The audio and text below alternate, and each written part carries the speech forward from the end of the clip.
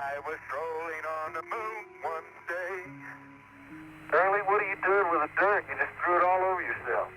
Fall down, Charlie. Yeah, I fell down. Sorry. Dust everywhere, John. But that's what they say, all right? I'll clean off the other. No, they'll clean off the camera. Wait a second. Let me put this down. I just tried to blow off the dust, Tony. And it started at frame count number 4.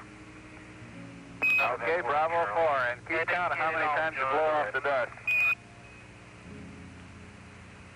Well, it didn't work, so... In 1968, astronauts on NASA's Apollo 8 mission saw something that should have been impossible. In the last moments before the lunar sunrise and sunset every day, they noticed a haze developing on the horizon. And then, in the final few seconds before the sun had risen or fallen, they saw bright bands of light radiating out from the surface, sharply ascending out into the darkness. On Earth, we enjoy these dazzling rays twice a day as a result of our atmosphere scattering sunlight. But the Moon doesn't have an atmosphere. There are tiny amounts of some noble gases like helium and argon in the lunar exosphere, but for all purposes, the space above the surface of the Moon is a vacuum. So, where did these bands of light come from? The answer doesn't lie with atmospheric gases, but instead, dust. The phenomenon observed by Apollo astronauts was caused by light passing through and being scattered by layers of microscopic lunar dust that had been kicked off the surface of the Moon. For the astronauts of the Apollo missions, this would have been a beautiful thing to witness, but lunar dust has a dark side. After the end of the final Apollo mission, Gene Cernan, who was also the last person to set foot on the Moon, said the following: "I think dust is probably one of our greatest inhibitors to a nominal operation on the Moon. I think we can overcome other psychological or physical or mechanical problems except dust." From reports taken from the 17 Apollo missions, as well as analysis of spacesuits, machinery, and equipment after they had returned to Earth, we now have a very clear picture of just how damaging lunar dust can be.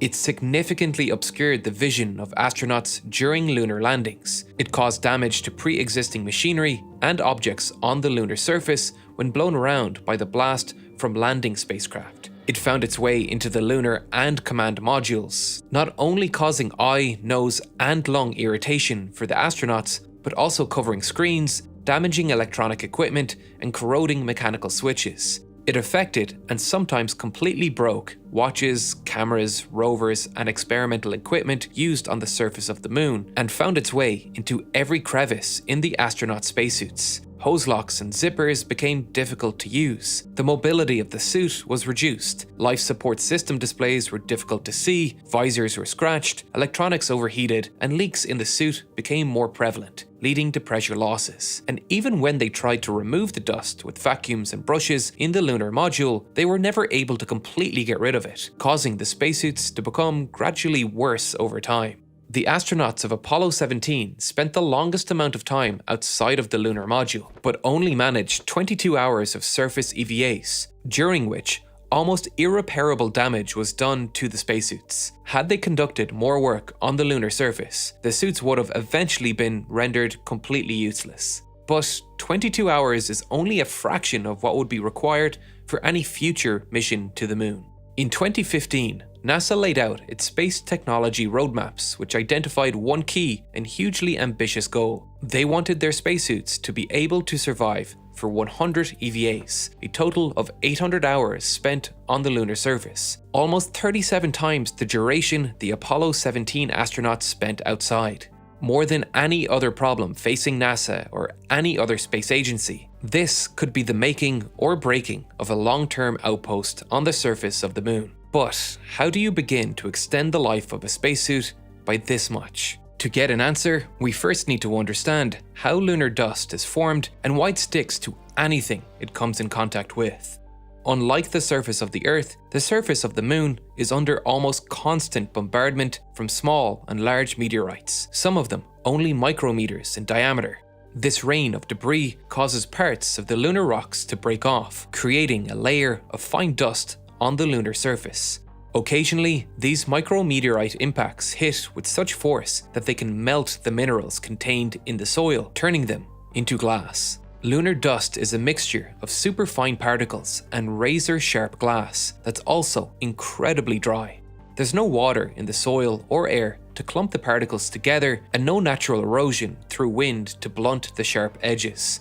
So, this obviously does not mix well with the intricate mechanisms of the lunar spacesuits. The dust is small enough to get into almost any gap, and thanks to the shards of glass in the dust, it can easily scratch glass or metallic surfaces. But this is only the beginning of the problem. Thanks to the lack of atmosphere or magnetic field on the moon, lunar dust is exposed to every fraction of radiation that's fired at it. On the side of the moon, exposed to the sun, particles of dust are hit with X-ray and ultraviolet radiation, causing electrons to be knocked off, creating positive charges on the surface of the dust particles. Then, on the side shielded from the sun, the opposite happens. The particles pick up electrons from solar winds, causing them to become negatively charged. These positive and negative charges on the particles create electrostatic potentials on the surface of the moon, reaching up to 20 volts on the day side and an astonishing -3,800 volts on the night side. When the Apollo 8 astronauts saw the beautiful bands of light at sunset and sunrise, they weren't seeing the scattering of radiation through atmospheric gases, but instead light passing through a column of fine dust fired up from the surface of the moon by electrostatic levitation. Dust particles of like charges repel each other and are repelled by the lunar surface, creating a fountain of sharp microdust that rises above the horizon. This is the same dust that Apollo astronauts walked through and kicked up as they worked outside the lunar module, sticking to their suits in the same way a statically charged balloon sticks to your clothes. Charge is one of the main reasons the dust is so annoying, but it could also be the way we could get rid of it. In 2021, as part of NASA's Breakthrough, Innovative and Game-Changing Idea Challenge, they tasked university students from across the world to come up with novel ways of dealing with the lunar dust problem. Some of the winning solutions included conductive fibers inspired by chinchilla hair, an electrically charged brush that could be powered by UV radiation, and a fabric for spacesuits that mimicked the way certain insects use hair-like structures to collect and deposit pollen. All of these ideas use different ways to solve the same problem, but they share a common approach, using charge to either passively or actively remove dust from spacesuits. At its simplest, the problem comes down to this. How do you make the outer layer of the spacesuit repel the charged dust instead of attracting it? NASA came up with an elegant solution. Instead of trying to redesign the outer layer of the suit, they decided to create a system that could be easily integrated into the pre-existing layers of fabric and material found in the current generation of spacesuits. Their idea was to create a suit that could make its own electrical current, which would actively eject dust, acting like some sort of energy shield. And the first challenge was choosing the conductive material that the electrodes would be made out of. This method of dust ejection wasn't new. It was inspired by the electrodynamic dust shield systems that had been used by NASA since the late 1960s on things like solar panels, cameras, and thermal radiators. But in almost all of these cases, the electrodes, which were made out of silver, copper, or some compound of indium and tin, were placed on rigid, fixed bodies. A spacesuit is designed to move. The outer layer is made up of segments of overlapping fabric that roll over each other at joints when the astronaut moves their arms or legs. So, while the silver and copper electrodes used in the pre-existing EDS systems might be excellent electrical conductors, with their low elasticity, they wouldn't survive the fatigue caused by the constant flexing of the joints. So, a new conductor was needed, one that had a high electrical conductivity, but that was flexible enough to withstand the significant forces exerted on it during extravehicular activities, and the answer was carbon nanotubes. These are cylindrical tubes of carbon atoms stretching only a nanometer across, with walls 1 atom thick, like a long, thin layer of graphene that's been rolled into a tube. Carbon nanotubes are incredibly strong, with a considerably higher tensile strength than copper, silver, or gold, and they have a very high electrical conductivity. Carbon nanotubes are also very light. If you compare the mass of different conductors required to create an electrodynamic dust shield on the knees, elbows and boot areas of a lunar spacesuit, around 101 grams of copper wire would be needed, but if you replace the copper with carbon nanotubes, you only need about 16 grams. Carbon nanotubes are an excellent choice as they provide high conductivity with low mass, while also being able to withstand the 800 hours of EVAs required for future lunar missions. So, after settling on carbon nanotubes, it was then a matter of finding a way of integrating these nanotubes into the outer layer of the spacesuit.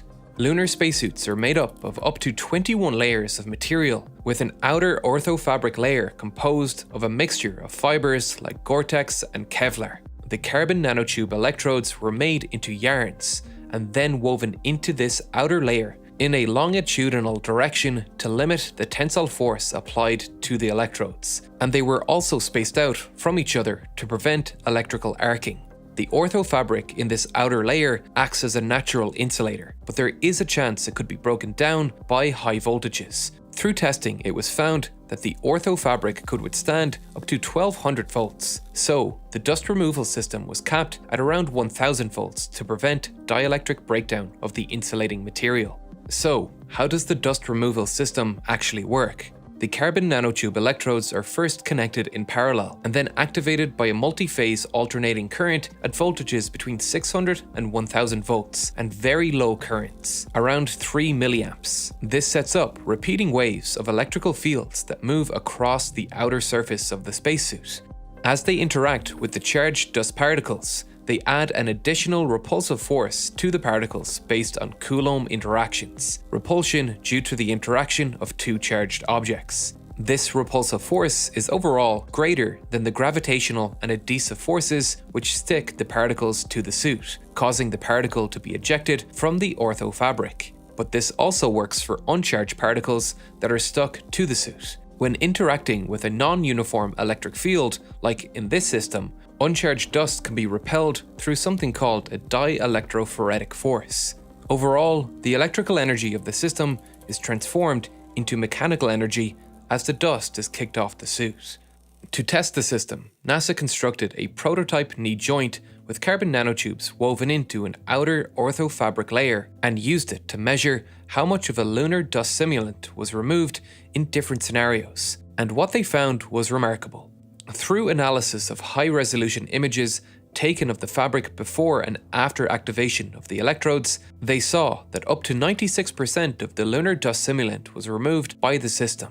This has enormous potential for use as part of future moon missions. The dust removal system could be on continuously during EVAs, preventing any dust from binding, or it could be manually activated when an astronaut notices a large buildup of dust. This dust prevention technology may seem trivial, but this razor-sharp lunar dust is a life-limiting threat to any future moon colony. This kind of simple environmental effect that requires a breakthrough material to overcome it is the core of what makes engineering exciting for me, a relatively simple solution that any new engineering graduate could have helped develop and go on to see their work land on the moon. Seeing your work go from the lab to the factory floor to the real world is one of the most satisfying creative processes in the world. Engineering is a job for creatives, with a penchant for science and math, and many talented people are scared off from engineering by the scary-looking physics, but Brilliant is here to help.